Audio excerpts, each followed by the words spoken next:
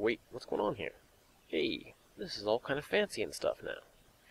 Yep, this is Ampillion, and I've decided to fiddle around with some new editing software to see if I can't do a little better. You might notice there could be a little bit of a difference between the videos, just from the frame rate quality.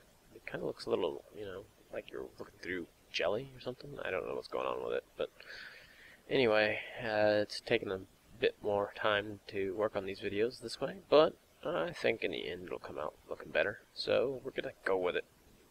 If you have any comments to leave on this sort of change, then feel free to post them in the video afterwards down below.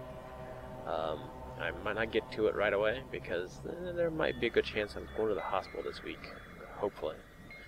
So hopefully we can get something done. Anyway, I was kind of showing off the fact that I had made some wooden swords, and because we're going to start doing some military type stuff.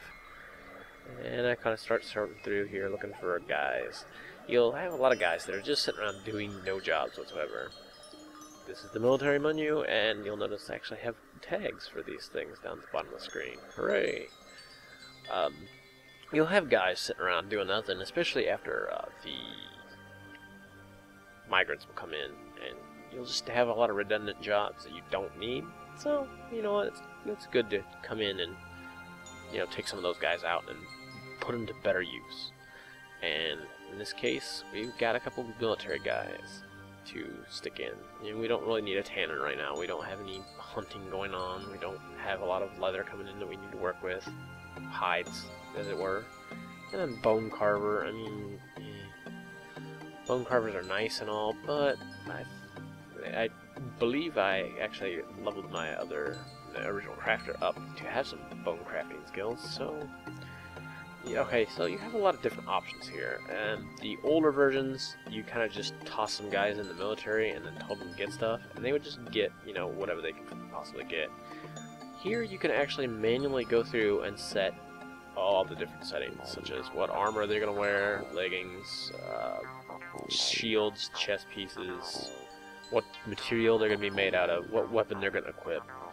You can also set uniforms so that if you want to create a basic uniform for all your military guys, so long as you've got the materials to make those objects, you can go ahead and set them to become the uniform for your particular military groups. And you can change it for different groups if you want to make, the bowmen have lighter settings. You can always change that. And we're also going to check out just this brief look at the zone menu. You'll see there's a few different options in there. You can set fishing or water sources. The sand you set so that you can get to this next part. You need to set a location for sand collection. If you don't have a selection for that particular area, your people won't know where to go. So you want to set that area out and say, hey, this is where you need to go collect sand. You see, we're kind of digging out new areas for more stuff to come in once my miners get around to it.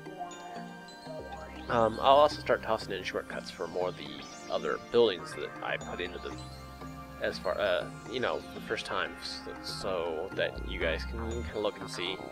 There's always quick buttons to get to specific menus or specific buildings even, such as BEG for the glass furnace, because we want to put one of those in.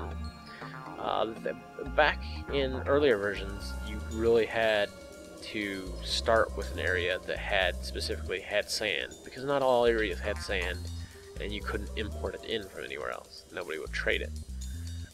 Now you can kind of get away with not having it, but then you have to trade it all in, which can get expensive for your trade. You kind of want to maximize your trade value, so you don't really want to have to always constantly trade in sand just to make glassware.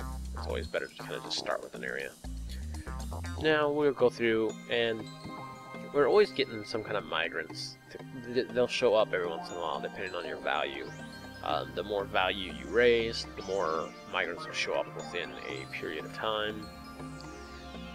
It's usually once a season there's a chance that they'll show up. You'll notice that I don't believe I have any class lowers of any sort, so I needed somebody to become a glassblower. Now, it might not be the best thing to start out doing, just leveling from no skill whatsoever, but you've got to have somebody doing it. Or you at least have to have somebody with starting off, and you can always make a bunch of useless stuff and just trade it off for little to no value. It's better than just letting it sit there and nobody skilling up on any of it. Mass dumping is definitely one you want to keep an eye on. The DVD, that will let you clean up a bunch of this stuff. And you see, I kind of zip forward to show you how to make a military barracks. Essentially, you just set a room, like we did in the previous video, and you can give it to a specific group.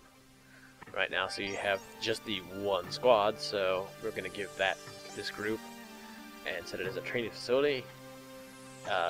You can also set whether or not they have individual equipment or squad-based equipment, which means that individual equipment means that they will actually specifically have objects of their own for their own person, whereas squad-based will mean that they can pick up anybody else's equipment in the squad, so long as, you know, they have the equipment there to equip when they need to. And you'll notice now that they are going to visual combat drills. And they will start to become practicing dudes once we get to the squad menu a little bit later. Now, this used to be kind of a, before this were the newer versions, you really kind of had to let your guys train in wrestling to begin with, because you couldn't make training weapons. You had to practice your guys with just straight up lethal weapons. And there was a good chance that you would injure your dwarves constantly doing this. With wrestling, anyway, squad menu. With wrestling, I mean, you could hurt each other, but you usually didn't kill anybody that way. But here in the squad menu, you'll see the one squad that we've created has 2 dwarves in it. You've got a bunch of different options here. You can tell them where to attack or move, cancel their orders. You can zoom to wherever the leader of the specific squad is. You can view their schedule, and I don't know if we do that here because we only have the one squad right now, but the T button will let you turn off or on their scheduled training, which is a good thing because it lets you tell them either to get their asses to work and train or to sit back and relax. And they will actually go back to doing their other jobs before you made them a military individual. Now, and of course, before I can even get everything finished, a new wave of the migrants come in. You'll notice that migrants blink X's. They have a little X icon, or at least on this version of Dwarf Fortress, they are blinking X's, meaning that they will not take any orders from you until they've got settled in. They will count towards your population, but until they come down, and you'll see here in a second, they actually just go straight to your meeting hall, and they'll usually eat your food, so they don't start off on a good foot as far as your supplies go. You'll notice we're out of alcohol, so these guys are going to have to suffer with the rest of our dwarves. But we are going to be working on some stills and some kitchens here shortly. One other thing I want to show off in this video will be the job orders menu, which you need to have a manager for. This will be important for whenever we get to later on when you have a full running fortress. Instead of actually going manually selecting all the specific workshops, like the kitchen and still that we're showing off here, you can actually just use the job orders menu, and you can actually assign people jobs straight from it, so long as your manager gets off his ass and does his job.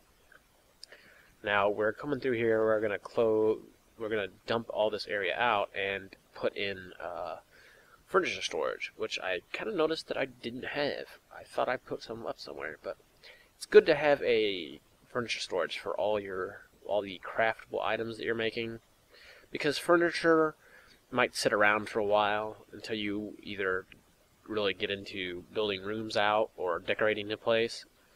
So it's important that you have some place to stash all that stuff, so it's not just building up in your workshops. Cluttered workshops can kind of make it much more difficult for your guys to do anything. So you'll notice here we actually appointed a manager. I believe the guy didn't have any skills, so we just kind of tossed him into the job. And like the broker, like the bookkeeper, he will eventually pick up the job and learn the skills doing it anyway, so we'll just throw somebody in there. If you've got somebody who happens to have the skill, it'll, on the appointment list for the nobles, you'll see people with the most relevant skills on the top, and they'll show their skills off to the right side. I'm sure I'll show it in a future video, if not. Here's the job orders menu, which is pretty awesome, really. I mean, you don't even have to know exactly what it is that you want to craft, as long as you know what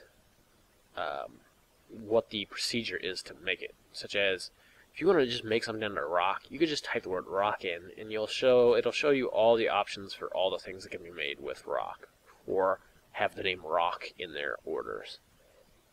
So if I just want to make rock crafts, instead of going in and selecting rock craft a bunch of time or repeating it in the thing, I can come up here, hit the job order menu, and just tell them, make about 30 of those, and 20 of these, and 15 of those.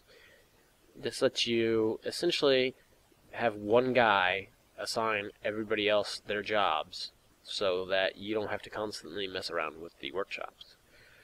And later on, it'll become more important whenever you start setting the quality. You can actually alter the workshops so that only specific quality items can be made there, or specific quality workers will work there.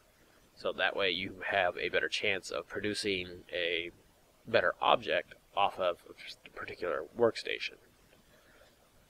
We'll get to that in a future video, however. We're going to start getting to more of the advanced type things as time goes on. I mean, you've pretty much covered a lot of the basics, and at this point in time, you probably could be able to play the game pretty normally without too much more help, but I'm going to do a couple more videos just to kind of ease into some of the more detailed objects.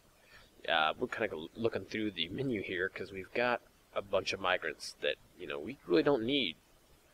I mean, a couple extra woodworkers is nice. We really don't need an animal dissector. You notice we got 2 more furnace operators? Or maybe just 1. A weaver, which we have no use for right now.